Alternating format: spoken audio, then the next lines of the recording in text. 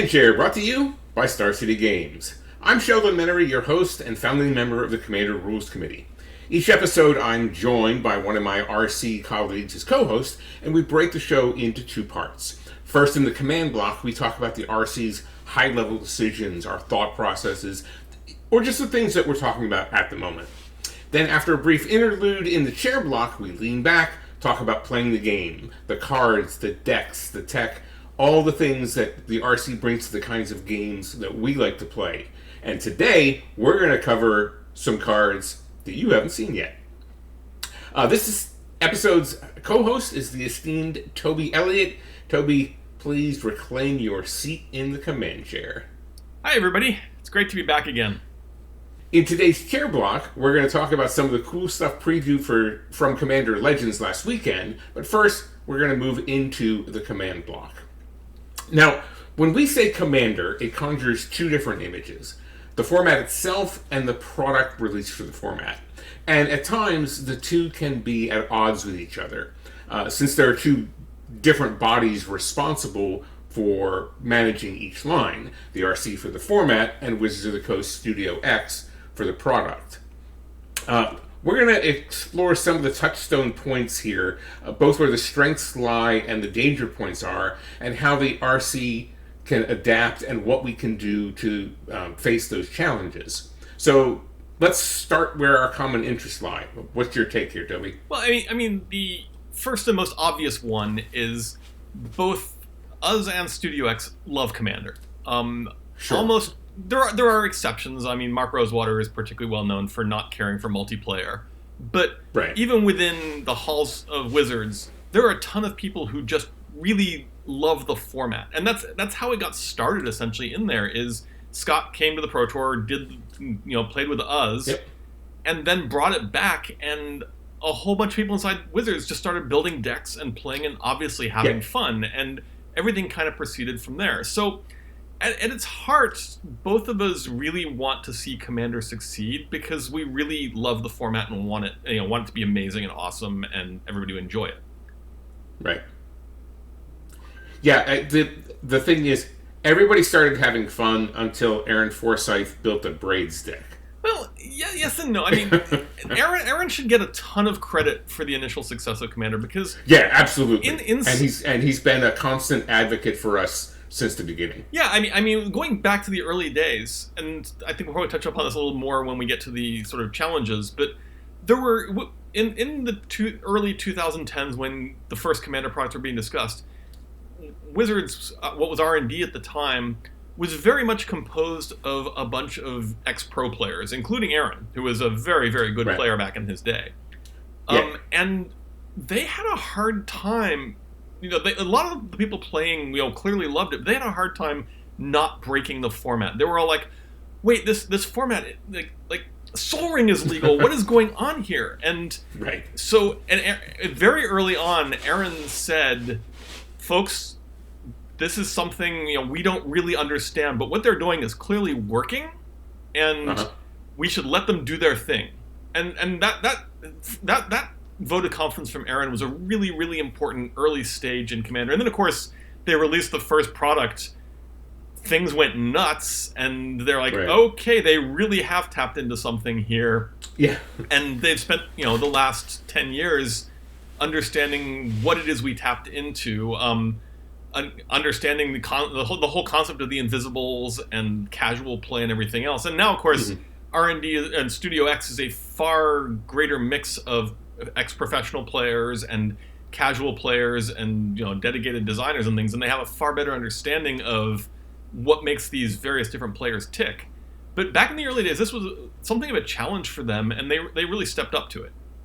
Yeah, one of the things that I remarked when I spent some time there in design at Studio X was how much holistic thought there was from the designers on not just what the cards do, because when you had a bunch of pro players, exclusively pro players designing cards, they had a kind of laser sharp focus, and then they let the brand people take care of everything else.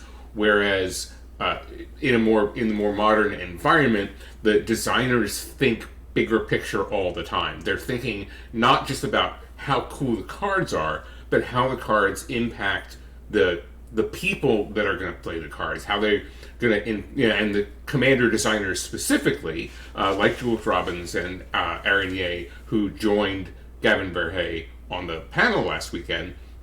They're thinking about Commander both as the product and the format, which gives me a lot of hope for the future. Yeah, one of the interesting things about when Scott brought the format back to Wizards is that it's everybody sort of assumes that Scott brought it back and R&D said, oh, we can use this, blah, blah, blah. But it didn't, actually. What happened is the parts of Wizards that really loved the format were not R&D. Right. It was all of the organized play departments, and then it spread to the various other sort of packaging departments, and it got to R&D that way. It's not like Scott came back and said, look, I've got this thing, and R&D embraced it. It was R&D discovering that the entire building was playing Commander, and that was interesting. And of course, they also loved it. There were. It's not like R&D was just filled with people who could only do the spikiest of spiky Pro Tour things. But yes, fundamentally, the main overlap between us and Wizards is everybody involved really wants to see Commander be an awesome thing, and then also they really want to see it succeed. We don't need to take over the entire world, but we do want to be a healthy format that lots of people want to play and enjoy. That's at the core of both groups. Yeah, there is raw enjoyment, in both the games, just sort of pickup games that I played with existing decks and the playtest cards and stuff we were playing with. There's just raw enjoyment of the format, and it's one of those things that I think has really tapped into the zeitgeist of the community, where it's just everybody gets to do kind of dumb stuff, and then somebody wins, and even the sort of competitive leaning players from Studio X have the delight of stupid stuff happening in a Commander game. Yeah, and that's, I think, certainly one of the unsung reasons for the success of the original Commander product, is that even just if you pick out those if you unbox those cards, shuffle them all up and play your games, that you'll get to do sort of the dumb stuff associated with the Commander straight out of the box. Like they work for showcasing the format, even without necessarily being fully built Commander decks. And it's important to note that when they released this first product, they didn't have a ton of expectations for this. There wasn't a scheduled second product. This is in the second year we got Commander Arsenal. Not because they wanted to release Commander Arsenal as the next step. It's because they just had nothing on the docket, and there's a large lead time for creating these things. So, the first year they're like, yeah, we'll build these decks. They'll be kind of wacky. People will have fun, and they went from there. But the fact that they managed to build the first generation of Commander product decks were really good at showing how much fun Commander would be, and that's huge credit to R&D. We had no idea what was in these decks. Did we? I don't think we ever saw any of the cards in advance for that or anything. They were just like, we're building a format. We're like, okay, go ahead. This will be interesting. And then they released it. And they, despite the fact that a lot of them clearly were struggling to understand the power of Commander and why Commander was being successful, they knocked it out of the park. That first set of decks is just great. Yeah, I mean, fortunately, over the course of the years now, we've become a little more ingrained in the design and development process. But at first they were. I don't know in the beginning if the people that were designing were so much in tap with the community spirit, but they got there pretty fast. Well, I mean, they got there immediately because or even if they didn't, they managed to put themselves in the shoes enough. Those first Commander decks are not like ludicrously spiky. No, they look like Commander decks. Mm-hmm.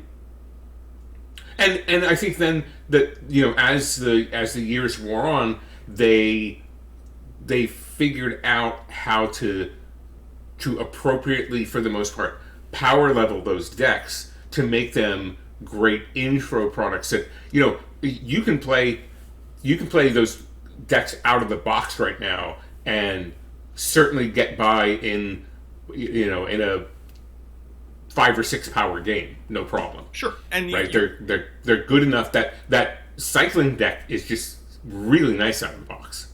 Yeah, and it's also worth noting, if you haven't done it and you have the opportunity, the decks tend to play really well with each other. Yes. I mean, from a testing standpoint, most of the work that Wizards is putting in, like the single thing they ask most above all else is, when you put these 4 or 5 decks together in a pod, do they produce really fun games? Yeah. And they're designing with that in mind. This is not a situation where they expect you to immediately take these decks, strip them for parts, and use them in your decks. I mean, obviously, it's there for that. But they put a lot of effort into, these decks are approximately the right power level, will interact interestingly well together. Everybody will have the chance to do shenanigan-y things. These are actual questions they ask while they're building these products. Yeah, the playing well in the biodome is really important. Mm-hmm.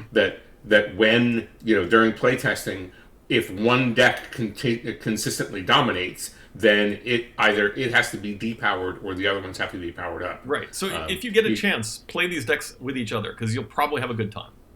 Yeah, we've done a couple of leagues where we just crack open the precons and play, and then slowly update them. Like once a week, add a card or something. But for the most part, the whole time, the 12 weeks or whatever we were playing that, they stayed as mostly the precons, and we developed play patterns, and you knew which decks were strong early, you knew which decks were strong late, and it just created the same environment that we like to create in our normal Commander games. Right. Okay, now let's talk about the tougher part. What do you see as the danger points? Well, the obvious divergence between us and Wizards is that Wizards has a profit motive here. We, for the most part, you have your content creation is somewhat driven by the fact that you're the founder of the format, the member of the RC, et cetera, et cetera. But for the most part, we don't have any particular profit motive involved in Commander. We would make a choice that we thought was better for the format that would lose the format $1 million. That wouldn't matter to us. So we're coming from a slightly purer standpoint in that we don't care. What we care about entirely is Commander amazing? Wizards has to balance that with, how do we make money off this format? And which is where the divergence between Commander the format and Commander the product comes in. Exactly, and that leads to them doing some things that, I mean, we're usually fine with, but maybe we think aren't optimal for the format. The most obvious one, and we touched on this when I was last on the show, is that because Commander is an eternal format, there is a drive to make sure that there's enough splashy stuff in the new products that they sell. And that's been one of the traps, of course, is that Commander product doesn't go through Standard. So it's licensed for them to print things that might be problematic in Standard. I actually have come to believe that that's slightly detrimental to Commander. We're seeing, we saw this with Modern Horizons even more aggressively, where they probably accidentally printed the power level a little too high. But we're seeing a lot of cards in Commander that really kind of push the envelope of where we want the sort of baseline power level to be, not from a spiky perspective, even from a Timmy perspective. Some of the cards just out of the box are just too good. I think a lot of people talk about Standard being an important gate to power level, and I kind of wish that they'd be a little more aggressive about, okay, we aren't going to put this into Standard for flavor reasons or mechanical reasons because it's the wrong thing, but I would like them to get away from, we're not going to put this in Standard because of power reasons. I actually would take that a step further. I think Commander is at its healthiest when it's actually gated by draft. As in, if you wouldn't put this in a format because it would wreck drafts, it's probably too strong for raw Commander. Commander in many ways is at its best when it's the draft bomb format. And you're picking up all the sort of stupid, ludicrous, high-end cards that you would build in, that you would use as sort of the finisher in your draft deck, or back in the early days, the cards that were just too expensive to even make a draft deck. That's sort of the origin of the format. Is the dollar rare thing where we were playing the cards that your process were too expensive for your drafts, and now they've figured out the power levels of draft. And it's not to say they're still not incredibly powerful cards that can come through this environment. We've seen a ton of massively impacting cards come through the various sets over the years. But if they have a card where they're like, yeah, we aren't going to put this in a normal set because it's too good or it would wreck the draft environment or something, I actually think that's a signal that they probably shouldn't be putting it in Commander. And yes, the temptation is there to put it in because, look, splashy card that will sell the set. Sure. But that's problematic in the long run because it's an eternal format. There's a really limited amount you can do if you're on this treadmill where every single time you've got to produce something even splashier than the last time. Mm-hmm. I think that, and this gets back to sort of niche power allocation versus generic power allocation. Right. Where the real solution to this is you spend your power points on much more niche applications. Mm-hmm. And if you produce a card like a Zedru, you can put some power in there because it's totally different from everything that's ever happened before. Mm-hmm. And it lets you spend power without getting on that wheel of, okay, this enchantment removal spell has to be even more ridiculous than the last enchantment removal spell. Because right. The generically useful effects, at some point they all cost 1 and do something else ludicrous. And it's just hard to proceed. Whereas there's a ton of less mined design space where they can put some of those stronger, splashier cards that don't necessarily impact the overall format. Well, I think the narrow application of power is better. Things like Tulane, yeah. which are just for free, you get extra stuff for the things that you're already doing. Mm-hmm. Become problematic. You're gonna Tulane and Tatyova are the two that spring to mind right away. Simic gets all the good stuff, right? Yeah. But you have to play lands in this format, and to get free rewards for doing the things that you're already going to do. If there's a thing that was, Garuk's pack leader for any creature, anytime a creature comes into play, draw a card. It's kind of busted. Yeah. And that's a problematic way to homogenize the format instead of making it expressive. Yeah, and actually, that's a very interesting pair of cards you raise, because one of them was the face card for a product, and the other mm-hmm. one was a random uncommon in a standard legal set. Mm-hmm. And so, like Tulane, I think Tulane is, in many ways, we bring it up a lot because I think it is, in fact, probably the best example of the trap that they occasionally find themselves in. Tatyova is actually a far more interesting case because Tatyova was a ridiculously strong draft uncommon in the format. So I think there are questions like, how does Tatyova make it? I mean, we just said they need to make sure that they don't. If we want to gate by standard and draft, well, Tatyova was gated by standard and draft. It's still probably a card that isn't all that healthy for Commander. So I don't think those rules are comprehensive. You can still, they've put some busted Commander cards into standard sets. So I don't want to imply this is like the be-all, end-all of rules. And if you only do that, you're guaranteed a happy, healthy future of everything for all time. Right. There are still ways. There are other lessons to be learned. There are other things to be done. But specifically in terms of the tension of Commander the product versus Commander the format, the one where Tulane, we've got to make Tulane the face of the box. Okay, let's make sure this card sells the box right off the bat. That's one where I think they stepped over that line in ways that aren't healthy. And it's possible also that the Tatyova basically that mechanic is just kind of a blind spot, and the importance of get a cookie when you play a land or play a creature is just better than they currently realize, and they'll calibrate and figure that out. But this illustrates the problem is that Tulane is now in this format. We probably won't ban Tulane. Right. I can't. I mean, I can see some arguments for it, but let's just say right now we are not considering banning Tulane, and we'll just roll our eyes a lot.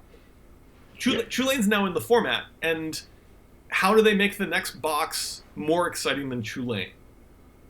And that's that treadmill that I'm worried about, because that's where power creep comes from, and we're an eternal format, so you can't decreep. You can ban cards, but you can't fundamentally decreep power level in an eternal format. There's just the ban list required is chasing like crazy. Right. Yeah. We're all the way there already. And so, well, I just want to add that, to be clear, we don't have a problem with Wizards wanting to sell products. Right. And we'll talk about some other dangers that this happens actually during the preview part of the next part. Just spoiler. But like fundamentally, we appreciate that Wizards. We are partners with Wizards. We want them to succeed. We will not have if Wizards can't make product because it's not profitable enough anymore. We will not have a very long-term healthy Commander format. It'll last for a while because it's good, but if there's not new product coming in, even through standard sets, this is important. It's important for us that Wizards is financially healthy, because we are very symbiotically tied to them. So I don't want this to come across as oh my God, Wizards should be a Puritan company that's only acting from the most altruistic of approaches. No, they absolutely should be doing what they're doing, which is trying to make money. Yeah. We can try to steer them to, hey, maybe not that thing, or maybe hey, maybe pull back the power levels a little bit, and they happily listen to us. But at the end of the day, we still expect them to want to try to profit off this. Yeah, absolutely. But there's some people in the community have the relatively jaded view that, well, they can push the power level as much as they want because you can just ban stuff. Not on the right levels.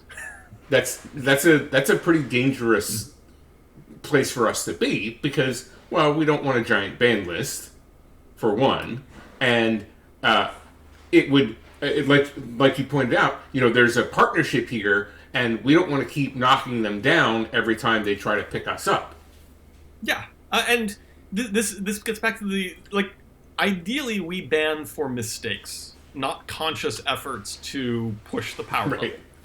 Because we can't ban for conscious efforts. If they're going to make 40 new cards that push the power level over the next 2-3 years, we can't ban 40 cards, realistically. Right. That's not going to happen. If they make a Tulane that's just, OTT, like Leovold comes to mind. If they make something which is just, wow, we really should not have made that card, whoops, we can ban it. We have the ability to fix their occasional mistakes, and we are totally fine with fixing their occasional mistakes. They do, they make what, 4,000 cards a year or something? They're making enormous numbers of cards every year. That's not quite that many. But over 1,000 cards a year. Yeah, it's more than 1,000 cards a year. Yeah, and their mistake level is not high. We don't have to ban a ton of cards, but if they consciously choose to do so, we can't. It just won't happen. Yeah, what do you see as other ways for us to adapt if we take the sort of aggressive ban hammer off the table? How then do you see us adapting, to sort of awkward circumstances like your Tulanes? So there's not an adaptation that we aren't already doing.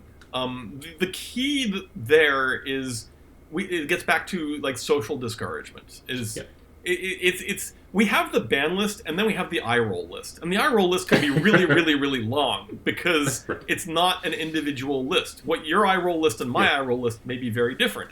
But if Tulane ends up on enough eye roll lists, it's a little bit self-correcting. Some people will still play it, but you won't see Tulane or any of these sort of other ridiculously powerful cards.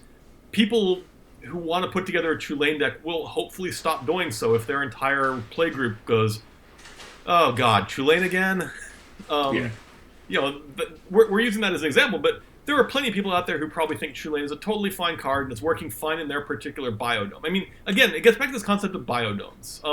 Commander is intentionally intended to be played in biodomes. A lot of people will get upset with us that we don't try to make it better for what Gavin calls anonymous play. But fundamentally, we have, this is where we don't have the tools to make it a lot better for anonymous play, because anonymous play is basically you have a ban list and not much else. Right. And what we're really trying to do is teach people how to have individual biodomes that really produce great games for them, whether that's, CEDH and they all agree and they want to go off and play the most ridiculous stuff possible, or it's just a group of players who are like, oh god, not True Lane again. That group is a biodome. They can over time evolve Commander to be what they want it to be, and that's what we encourage. That is at the heart, in many ways, the most important part of Commander is you and your pals get to go and make this format what you want. And yes, it doesn't work that well for stores. Stores need to go and spend a lot of time cultivating their environment. Certainly, like, if they want to put packs on the line and stuff, they're probably just going to have to go and do a lot of extra work. Right. Obviously, this is not great for quarantine, where people are trying to pull up Discord channels and start anonymous webcam games and things. I would love to make that work, but fundamentally, I don't think we can. The adaptation of power level scales, I'm not a huge fan of, but I acknowledge work somewhat well for making anonymous games a little bit better. Naturally, every group should find the power level that they're happy with, and then not have to worry about that particular conversation. Individual groups can do that, but right. when you're getting into those untrusted games over webcams and stuff, the conversation is still important.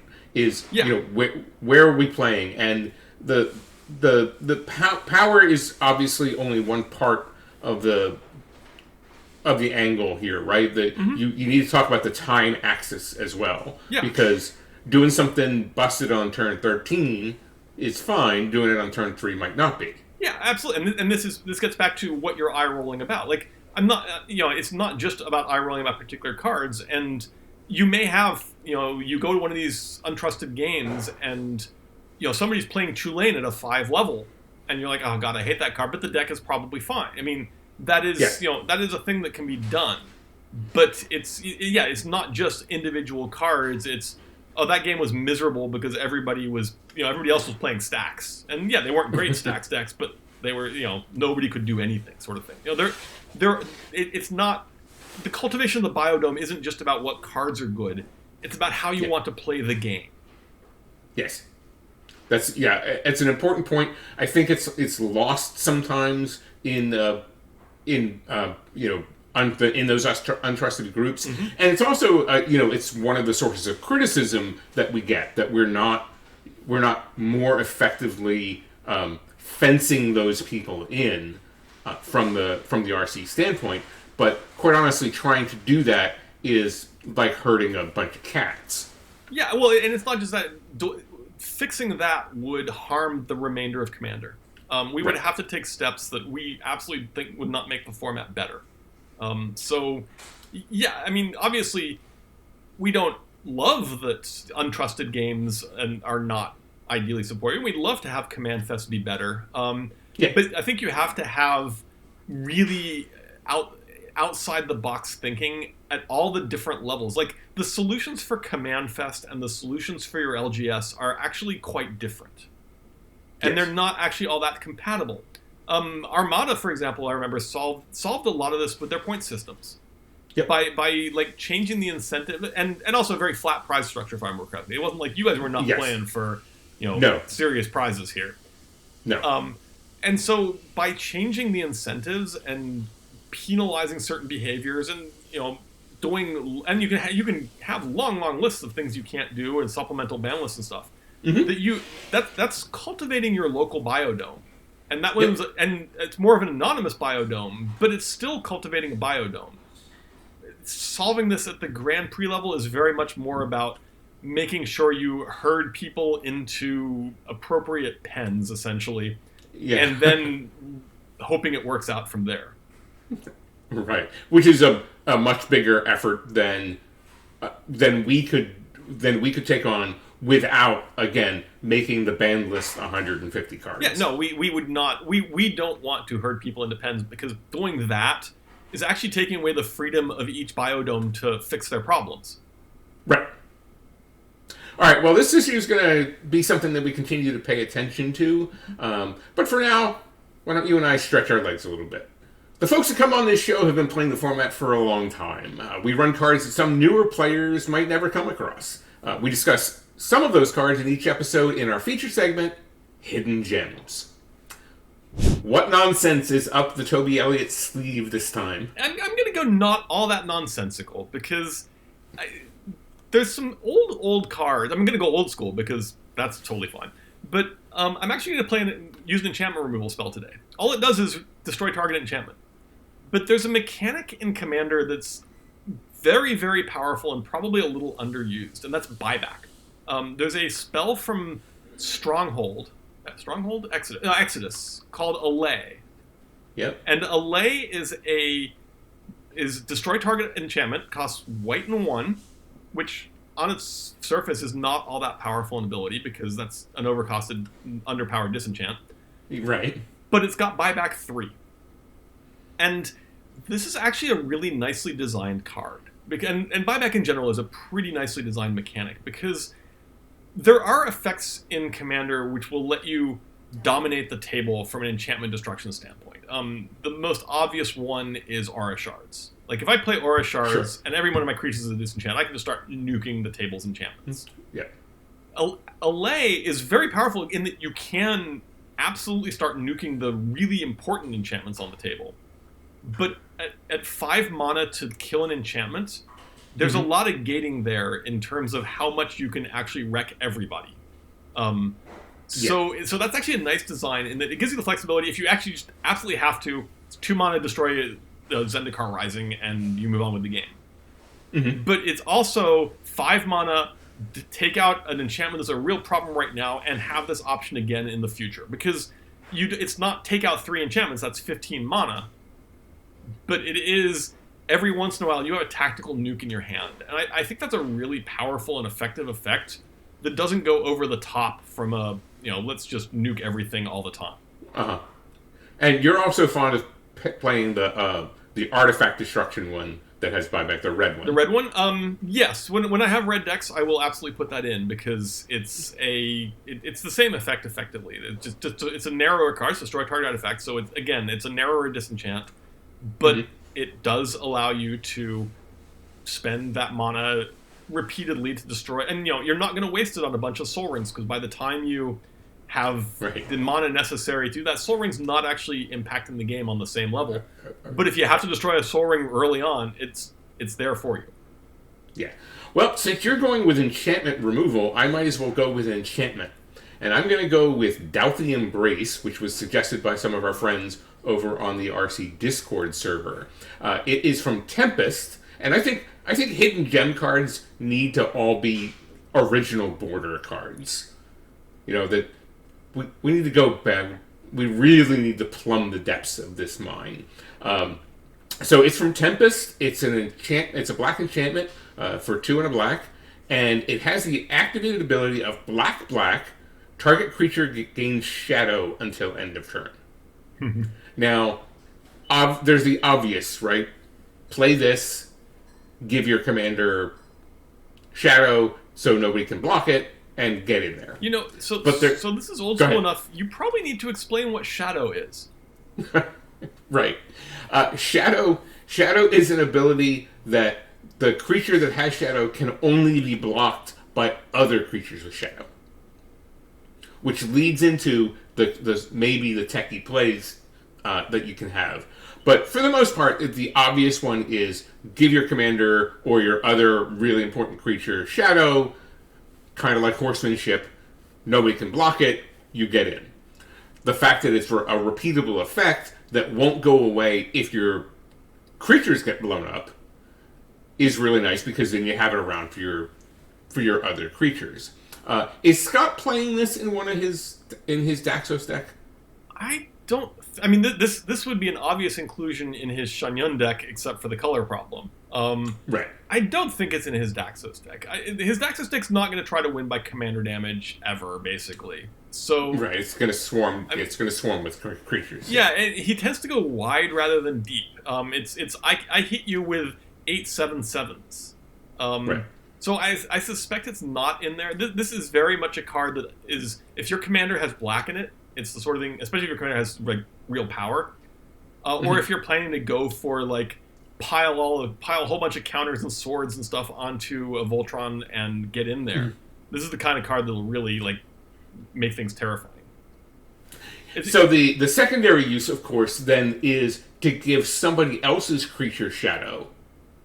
So either, you team up, or you let somebody get through so that something can happen that you want to happen. That's actually got an interesting multiplayer dynamic, because you give somebody else's creature shadow, they don't want to attack you if you have mana to give one of your own creature shadow. Right. So yes, it's very much, hi, this creature's unblockable except by me, except if you attack me. You're right. I'm all in favor of that. Yeah, Doubt the Embrace is the second hidden gem of the week. We've dipped into the mines, dug up a few of them. Here's hoping we've inspired you to do a little spelunking of your own. Into the chair block. So we learned a great deal about Commander Legends from the panel at Command Fest 2 Online last weekend, led by Commander Architect Gavin Verhey, designers Aaron Ye, Commander Legends lead designer Jules Robbins. We're going to talk about the upshot of what we heard and how it's going to impact the format's future. First thing we want to go over is the reveal of the Commander Collection Green. They 8 cards. They're all pretty spicy. Yeah, I think they really knocked it out of the park on this one. There's a bunch of cards in here that needed reprints or needed alternate arts or interesting new treatments.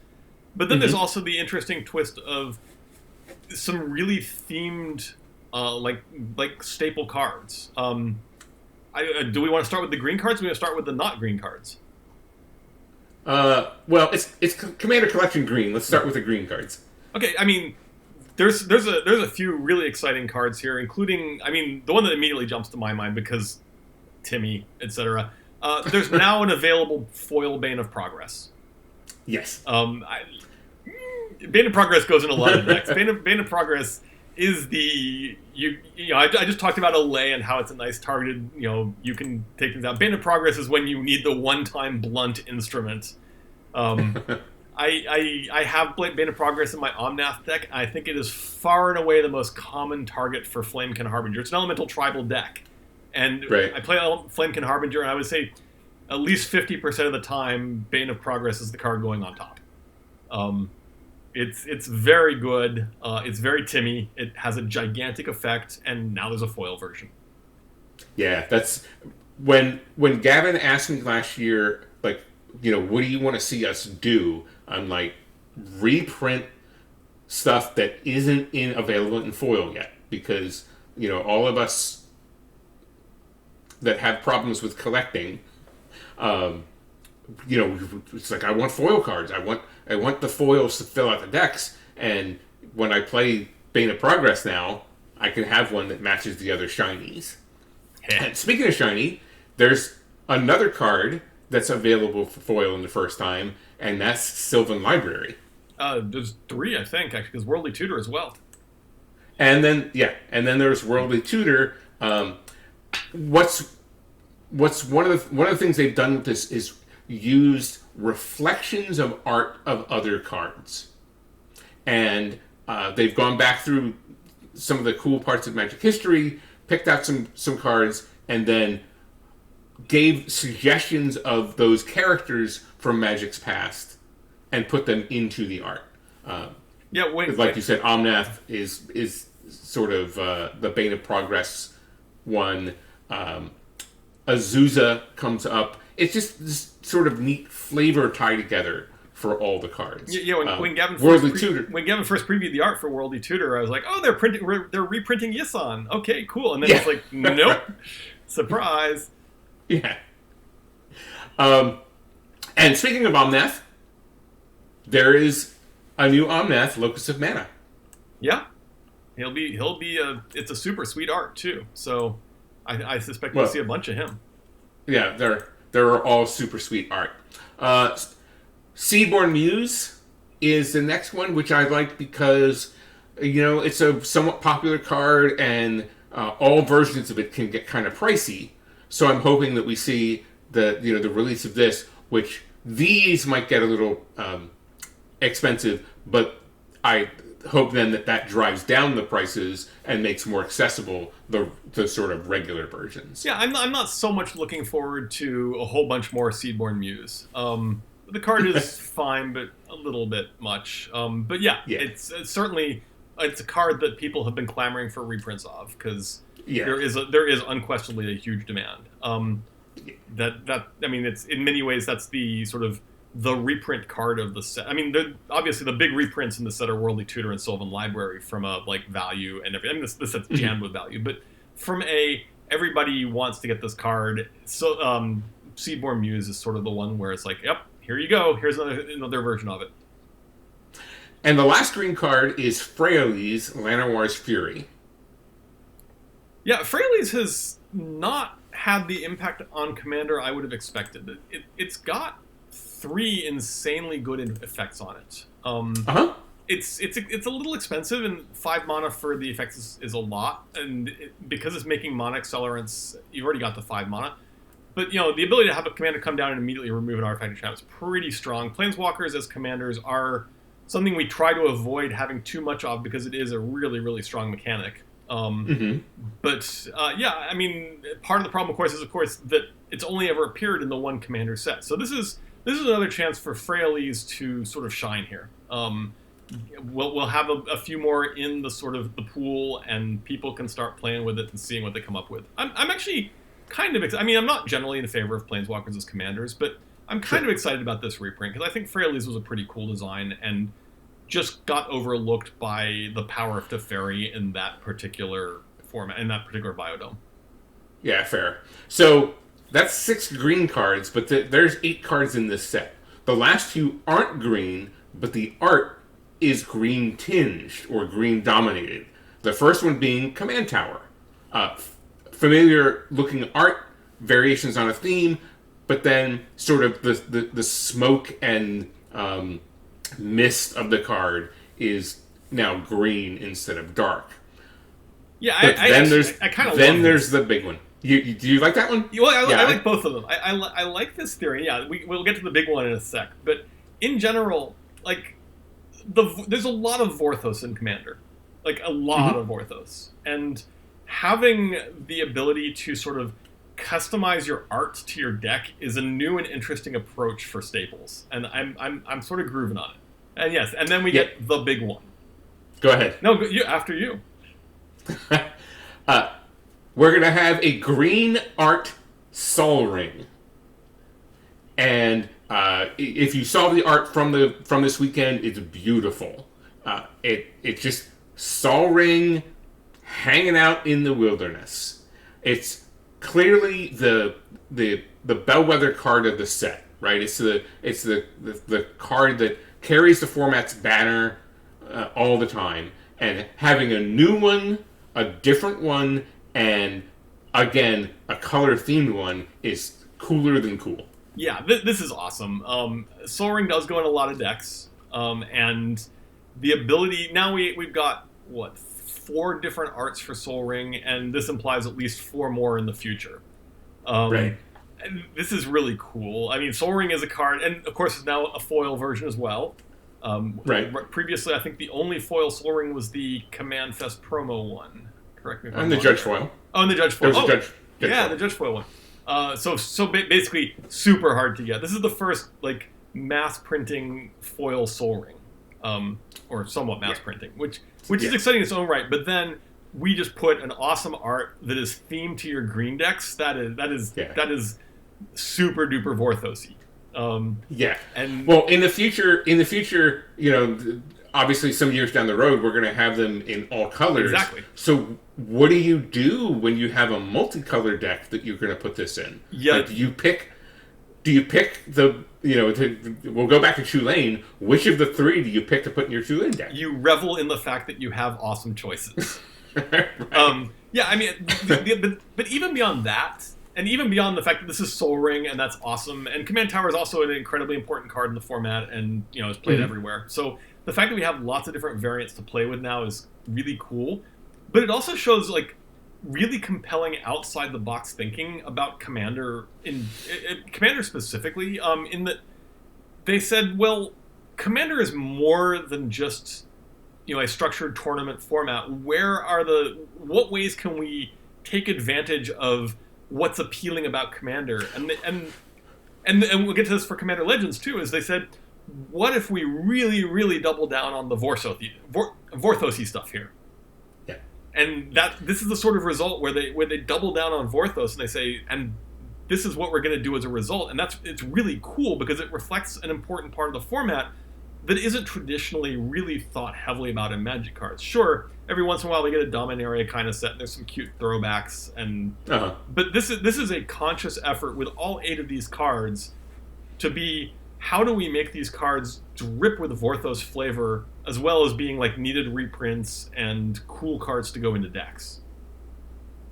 Yeah, I love this line of ideas. The Commander collections are going to be really popular, and you're right, it just shows how much they're thinking about the things other than gameplay that make Commander such a popular format. And honestly, the reason that we've become the most popular format ever is that we've tapped into something that's more than just mechanics. Right.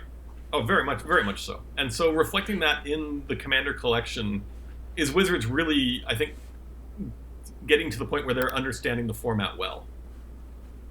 Right. And for those of you who are waiting for us to ban Sol Ring, well, there's your answer. Yeah, and I think this is also if Wizards took over Commander, they'd ban Sol Ring immediately. I think we have our answer there too. Right. I think of the two groups, we are the more likely one to ban Sol Ring. Right.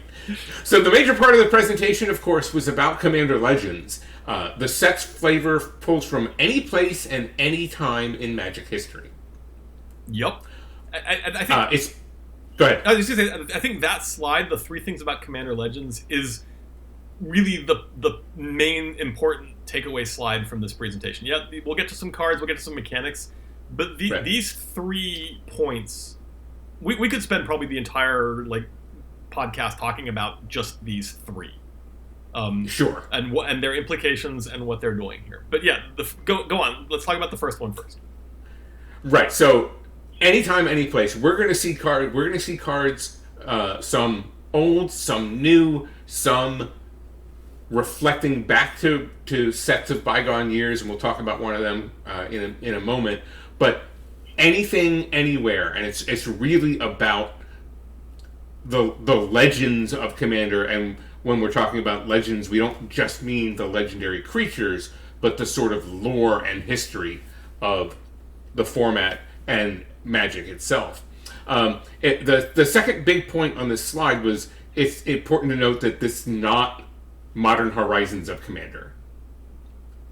Yeah, so getting to the first, let's talk about the first one first, because I think this is actually a really important understanding on Wizards' part. Is that Commander itself already embodies that first point.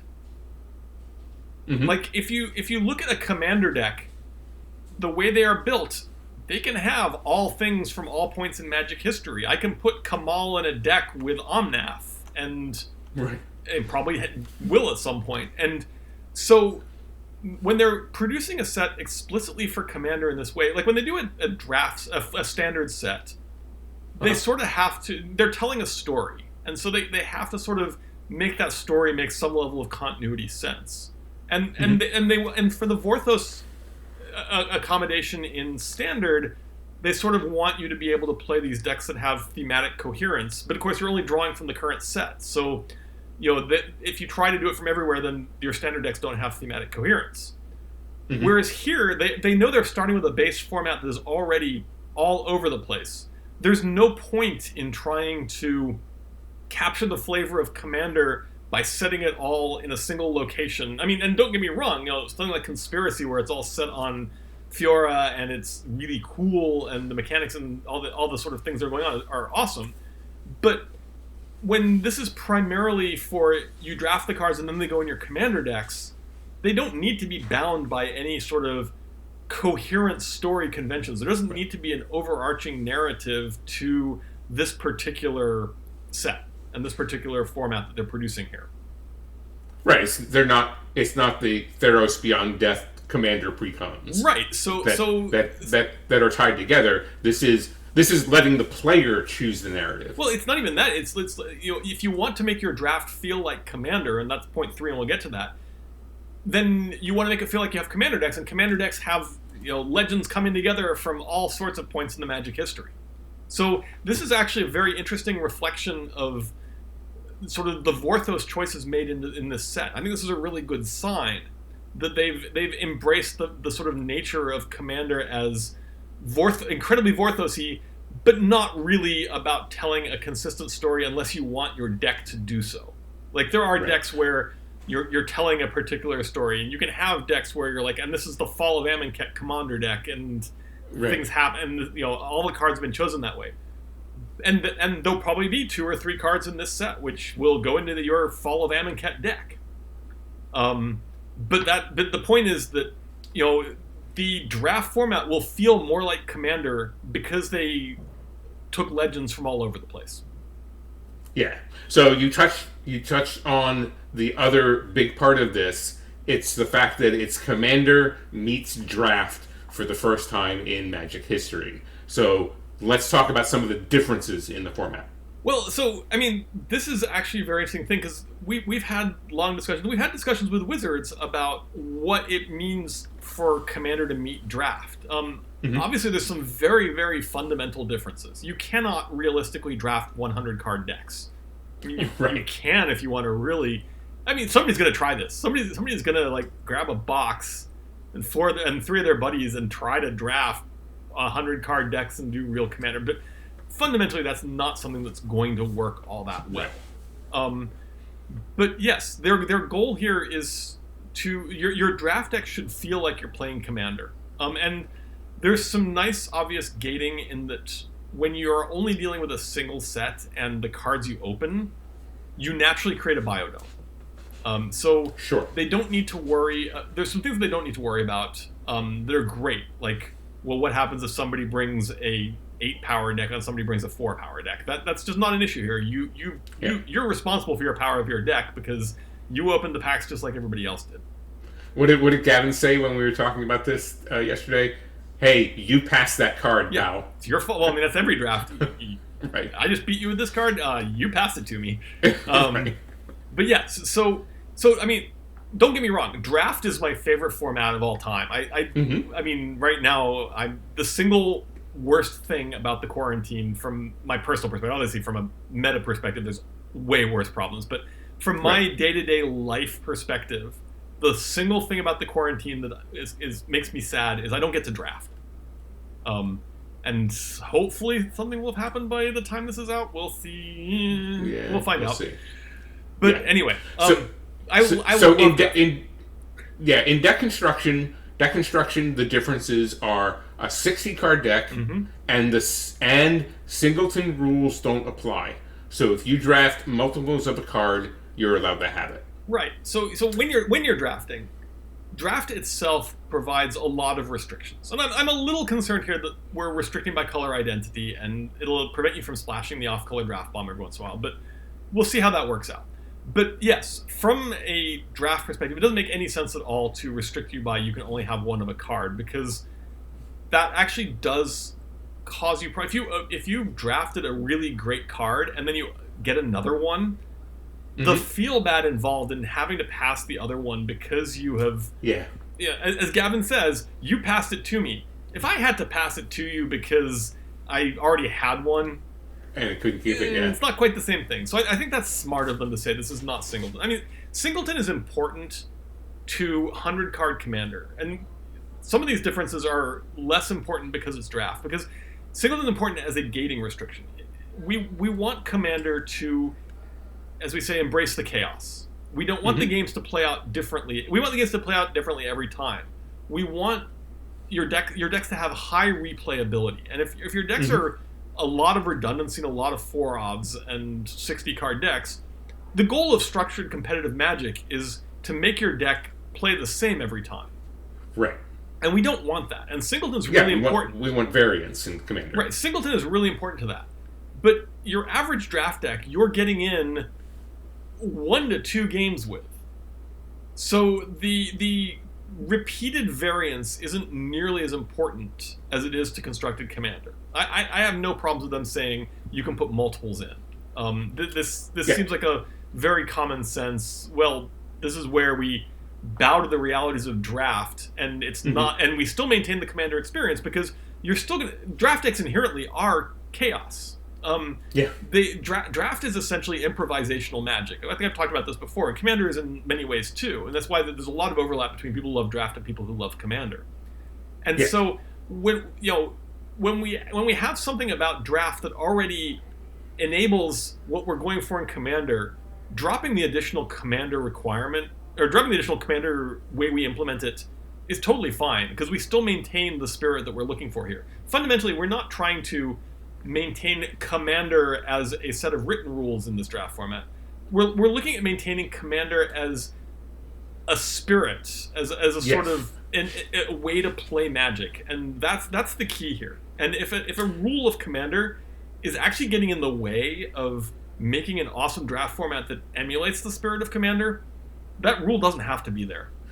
Yeah, it should be noted that we were consulted on this. We had a lot of input into how the commander draft would be run and what things we could change and what things we didn't want to change. Yeah, and we provided advice. They took some of it. They ignored some of it, as they should. Right. And hopefully it'll be. I mean, to be clear, everybody, we have not yet seen the final product. We don't know how it's going to play. We are, looking forward to finding out. But we did get some preliminary stuff. They did ask us, we're planning to do this, this, and this, and we gave them feedback. And we said, that's not great. This is awesome. This you should totally do. Right. And we don't. But everybody assumes when Wizards says that we were involved, it usually means they talked to us early and we said stuff. We don't actually then find out what they listened to and what they didn't listen to. We'll find out. We're looking forward to finding out. But yeah, they did ask us. So and they did. More importantly, we talked about what makes commander commander, and we've really been having these conversations recently. And what are the important parts? And it was Gavin, I think, who identified that the first two most important things we had about commander had absolutely nothing to do with rules or mechanics. It basically boiled down to commander is for fun and commander is multiplayer. Yeah. And both of those are very much preserved here, I think. Yeah, I agree. The thing that has stayed the same from normal commander is 40 life, color identity is still important, and commander damage still exists. So those normal rules of commander have ported over to the draft format, whereas the deck size and the singleton rules haven't. And there are some mechanical differences to the draft as well. There are 20-card booster packs. You draft, and they're suggested pods of 8, and obviously you can kind of do what you have people for. And one of the big things is you draft 2 cards per pack. This is not the first time they've done that. Two-Headed Giant also drafted 2 cards per pack. And the reason behind that is that, combos are an important part of Commander, and it's kind of a feel bad to see both parts of a combo in a pack and know that you can't have them. So if you want to commit to that combo, especially if you're opening the pack, it's there. Yeah, so one of the anxieties in the design was the legendary creature problem. What do you think about their solution here? This makes me a little nervous. I'll be honest. This is where I all of us get worried. I'm not a huge fan of partner as a mechanic. I think it'll work out fine in the product. I think the draft. I think it's a good solution to solving the commander draft problem. I am nervous for what it does for commander. I don't think partner is a great thing in commander on the whole. I am nervous about the number of, especially since they're monocolored, the number of partners that are getting unleashed on the format. Back in the day, like way back when they first thought about partner, Scott brought some initial prototypes down to Florida, and you and I and Scott were hanging out there at the time.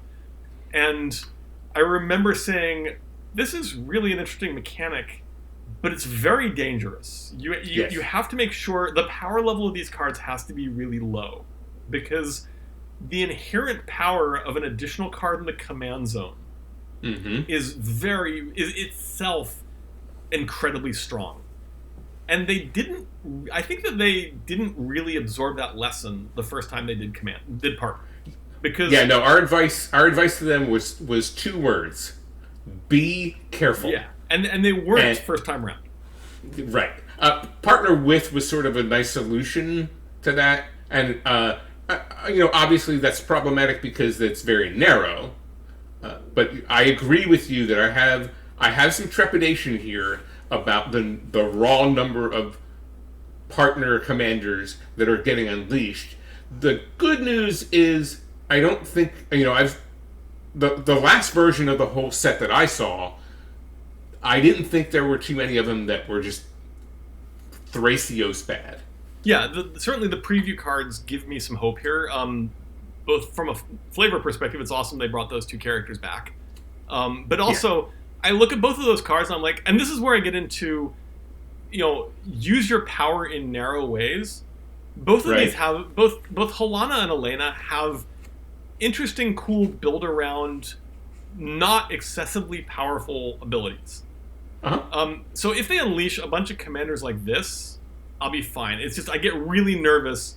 The inherent problems of the partner mechanic make me really concerned for, did they accidentally put in, if they've made, how many did they say they made, like 60 partner 60. commanders? Yeah. If they've made 60 and 5 of them are busted, we're going to have to deal with 5, 5 Thrasios is not terribly healthy. So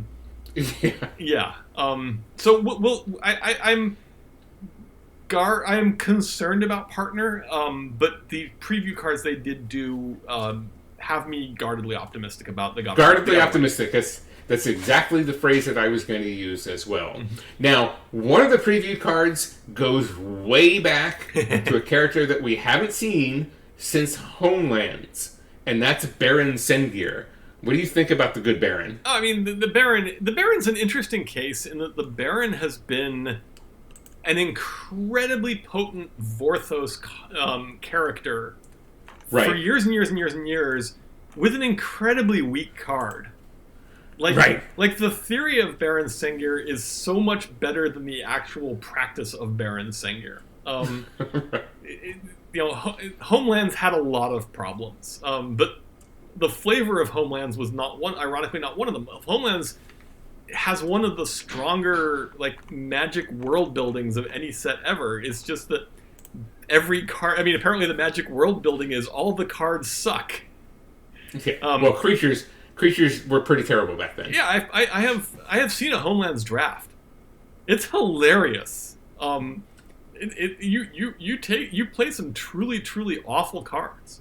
But anyway, the point is that for years and years and years, Baron Sengir is this mythic figure in Magic with absolutely zero reason to be a mythic figure in Magic aside from some cool flavor, because his card was unplayable. But yet he persisted. So I would not be surprised if when they whiteboarded the first Commander Legends session, they're like, okay, write down people from the past who we want to make a cool card for. I would not be surprised if Jules or somebody was immediately Baron Sengir. Yep.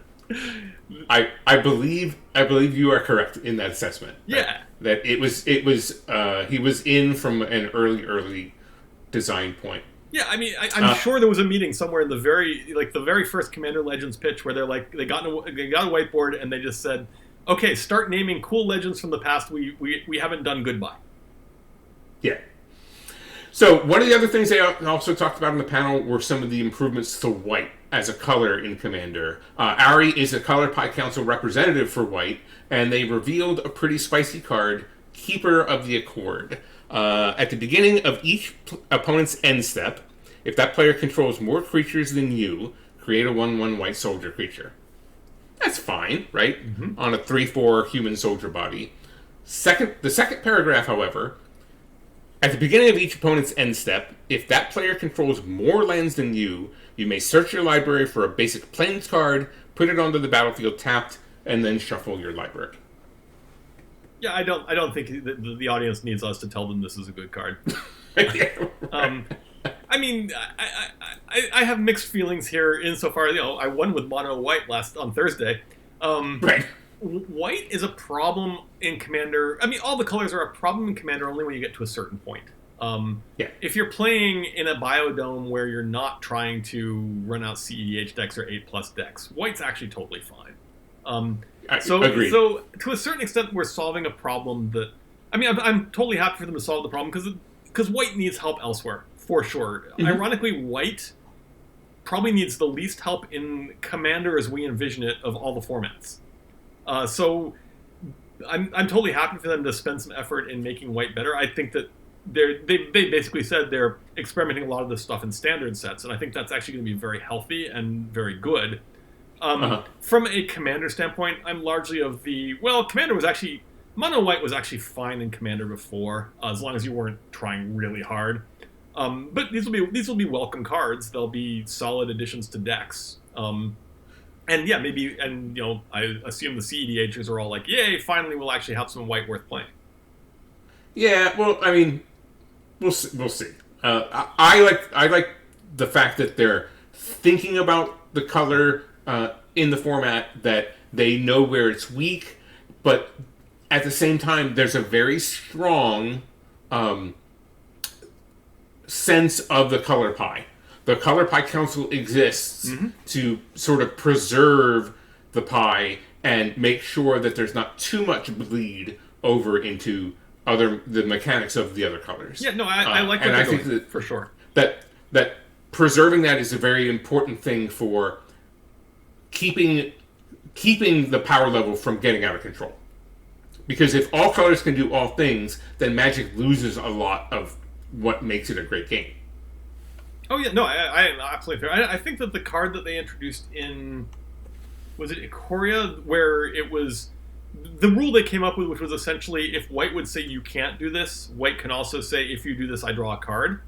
That made a ton of sense. From a color pie balance standpoint, white being the color of law, essentially the color of restrictions, you can define the restriction of, as long as your opponents have that option of not doing the thing, you should be able to. You can define the punishment however you want. That to me makes a lot of sense from a white perspective. In the same way that red in the last few years has been strengthened by a sort of general philosophy of you can do a lot more than you used to be able to do, but only right now.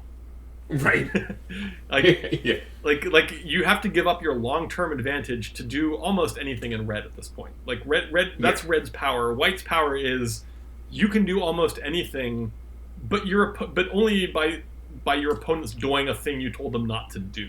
Right. Or letting you catch up. Yeah, I think that's a really nifty approach to solving white in general. Not specifically for Commander, just in general. I am totally on board with them fixing white in general across all formats, across standard, across drafts, across modern. White has definitely struggled a lot in the past years. I mean, it used to be that green was like this, and then they figured out how to make green a strong color while still being inherently green, which is green as the creature color. I mean, arguably they went a little overboard. Green has its problems in the other direction now, and green probably needs a little pulling back. But it's really good that they're thinking about, well, how do we make white a stronger color just in general? Yeah. So the last thing we're going to talk about is from the presentation is the booster fund and the fact that there is extended treatment on some staples in the format. There's extended arts for some cards to include Command Tower and Commander Sphere. Then the other big one is the etched foil treatment that is going to be released on, was it 32 cards? 30 or 32 cards. Right around there. That aren't part of the draft set in the first place. The big one they previewed is Prosh, Sky Raider of Care, and the foil treatment is insane. Yeah, I have so many questions here. Yeah. I mean, the first one, of course, is my sort of inherent internal hacker is I watched that video, and that card looks three-dimensional. Yeah. I mean, like, the effect is insane. And I mean, that doesn't seem like a particularly, we shot this promo super carefully. That seems like somebody held up the card, turned it around. So that effect is probably legit. I really want to get hold of one of these just so I can like stare at it and figure out how did they do this. Like, yeah, it's more of a matte finish than most foils are, but it gives it this weird depth. Like the type line just looks like it's coming out of the card. Yeah, I'm just really looking forward to getting one in my hand so I can just sort of stare at it and be like, how did they pull off this effect? Because it looks really cool. I'm impressed. They're super sweet. I look forward to seeing which ones they've chosen to do this treatment on. Yeah, that's the second question. Yeah, again, the magpie in me wants the cool new shiny thing. So we'll see which ones of those come out. There better be a Zedru in there, Wizards. I don't even have a Zedru deck right now, but I still want to foil Zedru. Right. It's like my Well, Toby. Yeah. Toby, we've been sitting in the chair long enough, and it's time to wrap the episode. Folks, if you're watching us on YouTube, please remember to follow, like, subscribe, and ring those bells.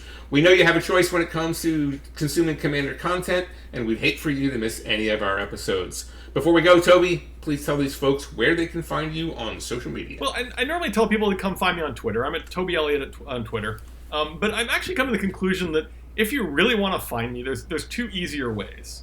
The one is the RC Discord. I've been super busy recently, so I haven't been very active. But if you actually at me on the RC Discord, I will tend to notice it and respond, possibly a few hours later.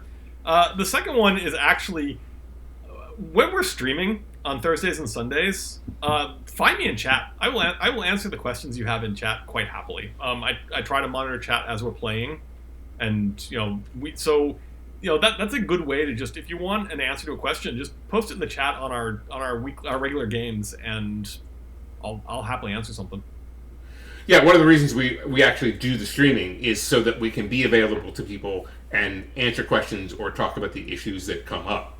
I'm on Twitter and Facebook by my name, Sheldon Menery. You can find me regularly, like Toby, in many of the channels on the RC's Discord server. I might be there a little more often than he is. There's a invitation link on the front page of the Commander RC website. That's mtgcommander.net. Please tune into my other show, Commander Community, with co-host Anthony Alongi every Monday here on Star City Games and on YouTube. As Toby mentioned, we stream on twitch.tv/CommanderRC. Thursday nights, that's 8 p.m. U.S. Eastern, 2 o'clock in the afternoon on Sunday. You never know which Magic celebrities are going to turn up as special guests for subsequent games. Then finally on Sundays, you can find me right here on StarCityGames.com, writing about the best format in Magic history. We'll see you next time on the Command Chair. As always, I'm Sheldon Menery.